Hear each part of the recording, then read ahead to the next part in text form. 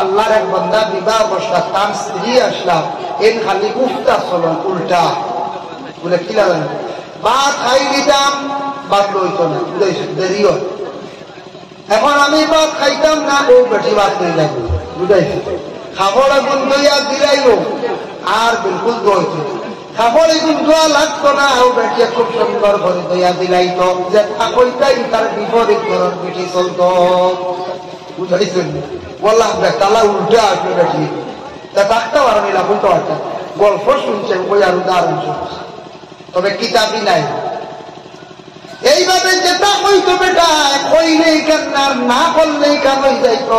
আরো কয়েকদিন পরে বেটিটা নদীর ঘাটে গেছে, আগে তো নদী আসলো গোসল করতাম, নদীর ঘাটে বেটি গেছে গোসল যে কাপড় লাগাটো রাখিয়া নদীর ঘাটে গিয়া বেটি গোসল লাগছে, ডুব দিছে, একটা হয়তো পিছলা গাইয়া মুড়ো গেছে গিয়া, ডুবিয়া মরি গেছে গিয়া।